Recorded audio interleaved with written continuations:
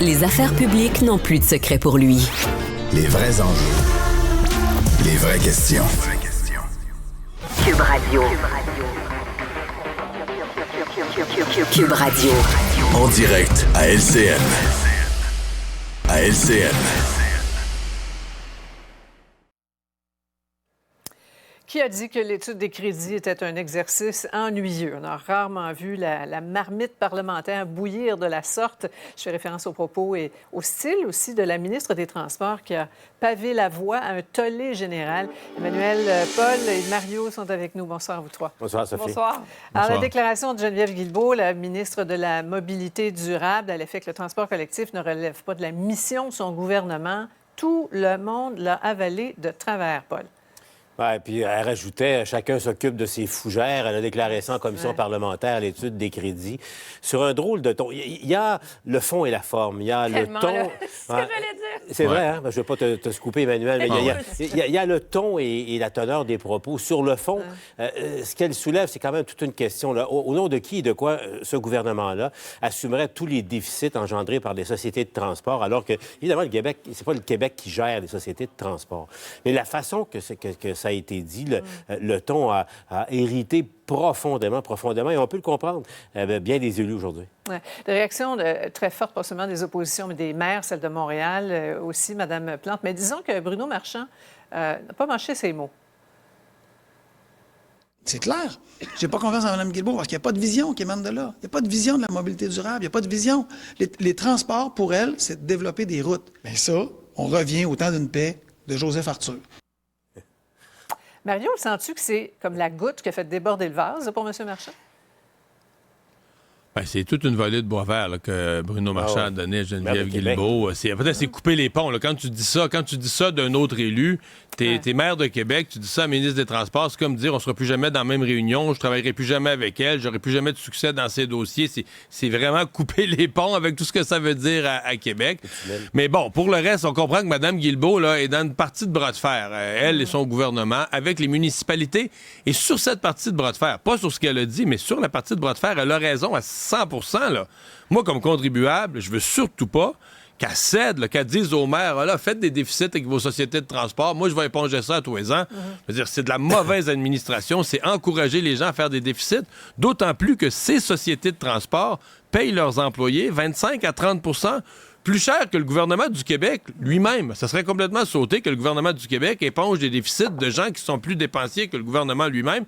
Donc, elle a raison, mais là, dans son bras de fer avec les maires, elle s'est mise en position de faiblesse aujourd'hui par ces propos-là. Le premier ministre l'a défendu, hein, Emmanuel en a profité pour décocher quelques flèches à l'endroit des maires. Est-ce qu'il y a raison de renvoyer l'ascenseur comme ça, de dire des quêteux et faites le ménage? Je pense que moi, je suis d'accord avec Mario, d'un certain côté, c'est pas à Québec de toujours régler et réparer les pots cassés des municipalités dans leur gestion, que ce soit pour les sociétés de transport ou autres. Le problème du gouvernement et la raison pour laquelle il ne peut pas avoir politiquement le haut du pavé dans ce dossier-là, c'est que, tu sais, quand tu habites dans une maison de verre, tu peux pas lancer des roches, là. C'est pas un gouvernement qui a vraiment démontré une vision très, très cohérente et vraiment engagée en faveur des transports collectifs. Et c'est ça le problème. Le Québec est en retard, c'est honteux par rapport aux autres grandes villes canadiennes, par rapport aux autres provinces. C'est un gouvernement qui n'a pas réussi à en faire, non seulement à en faire atterrir un seul, mais en développer un de manière originale, cohérente, porteuse. Alors, la critique, c'est assez facile pour les autres paliers de gouvernement, l'opposition, de reprocher le manque de vision.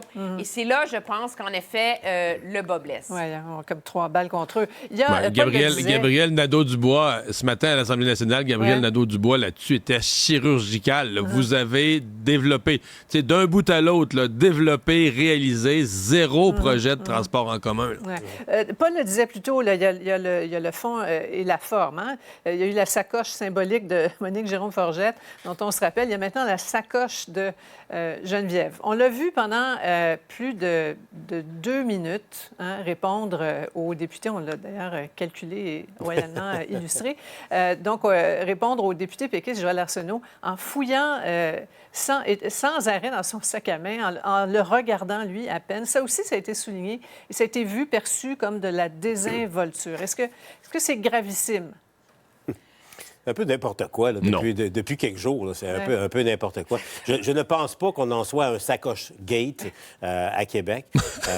Évidemment. Bon, là, Mme Guilbeault explique qu'elle a fouillé dans sa sacoche pendant 2 minutes 14 secondes, bien compté, pour chercher un document en référence aux questions de... C'est toute une sacoche, là. Ça veut dire qu'il y a beaucoup de... Franchement, c'est pas une valise, là, son affaire. C'est comme... Un container. Mais en même temps, bon, tu sais, c'est des distracts élémentaires. C'est pas 2 minutes 14, c'est un peu long quand tu réponds à une question d'un parlementaire. C'est pas très poli. Comme c'est pas poli de regarder son cellulaire si quelqu'un nous parle. Là. Bon, voilà. Oui. Ton avis là-dessus, Emmanuel?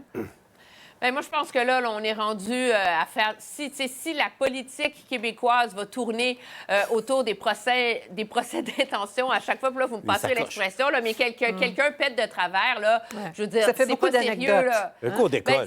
On peut-tu comme remonter le niveau un petit peu, là? Le fond des enjeux est assez grave. Ça va assez mal dans plusieurs enjeux que si vraiment l'opposition veut s'amuser à faire des scandales pour des picadilles, là, on n'est pas sorti. Elle s'est expliquée, le premier ministre est encore une fois venu à sa rescousse. On l'écoute. Un moment où la vice-première ministre fouillait dans sa sacoche hier en commission parlementaire. Bien, écoutez, elle cherchait des notes dans ses affaires. Parce qu'on lui reproche sa désinvolture. C'est pas quelque chose que vous constatez? Je ne sens pas de désinvolture. Pour toi, Mario? Ouais. Ben moi, la sacoche, c'est du niaisage. Elle peut chercher une Tylenol, elle peut chercher un Kleenex. C'est vraiment, pour moi, ça, c'est du niaisage, mais je pense que l'ensemble... Moi, je vais le dire, je n'aime pas son ton. Je trouve que tout le long, là, puis Emmanuel l'a référé, Paul aussi tantôt, son ton, son non-verbal, sa façon de s'exprimer, ça a l'air de dire... Et que c'est de la merde d'être pogné ici à répondre aux questions de l'opposition. Puis je pense que c'est ça qu'on ressent. Et même si c'est un peu long, l'étude des crédits, c'est un long exercice, fastidieux. On repasse tous les ministères, chacun des dossiers. Mais là, je veux dire, t'es ministre, c'est ton travail, t'es payé pour, puis tu devrais répondre de façon passionnée que tous ces dossiers-là sont importants pour toi. Puis si la question de l'opposition, tu la trouves niaiseuse, ben toi, réponds de façon compétente à propos du dossier, puis qu'est-ce que tu es en train de faire dans ce dossier-là, puis... Je veux dire, moi, ce ton-là me déçoit. Là. Je pense que c'est ça qui est au cœur de tout le problème, au fond. Là. C'est un manque d'engagement. Là, ça s'ajoute à d'autres épisodes aussi. Mais c'est tellement révélateur. Moi, je dirais que le témoignage de Mme Guilbeault, on n'avait même pas besoin de mettre du son dessus pour comprendre l'essentiel de son propos. Et c'est ça le problème. C'est qu'elle a l'air de trouver que c'est une perte de temps. Puis je m'excuse, mais comme dit Mario, c'est peut-être fastidieux, mais objectivement, là, est-ce qu'il y a un plus bel exercice de transparence sur la gestion des fonds publics? C'est important. Là. Moi, c'était mon préféré à chaque année. C'était mon 3 semaines préféré à chaque année. Parce que là, tu questionnes les ministres, tu fouilles toute l'administration, les programmes. Une affaire qui était dans l'actualité il y a 6 mois qu'on a oublié, tu reviens là-dessus. L'avez-vous fait? Ça a-tu marché? C'est vraiment une occasion. Quand on dit la surveillance du gouvernement par l'opposition, là, les crédits, c'est 3 semaines extraordinaires. C'est moins le fun pour les gens au pouvoir. C'est ça qui est le problème. Comment? C'est moins agréable pour les gens au pouvoir. Oui, en effet. Le plaisir n'est pas partagé. Voilà. Et parlant de plaisir, pour une rare fois dans les derniers mois, François Legault a répondu aux questions des journalistes aujourd'hui. On va y revenir après la pause.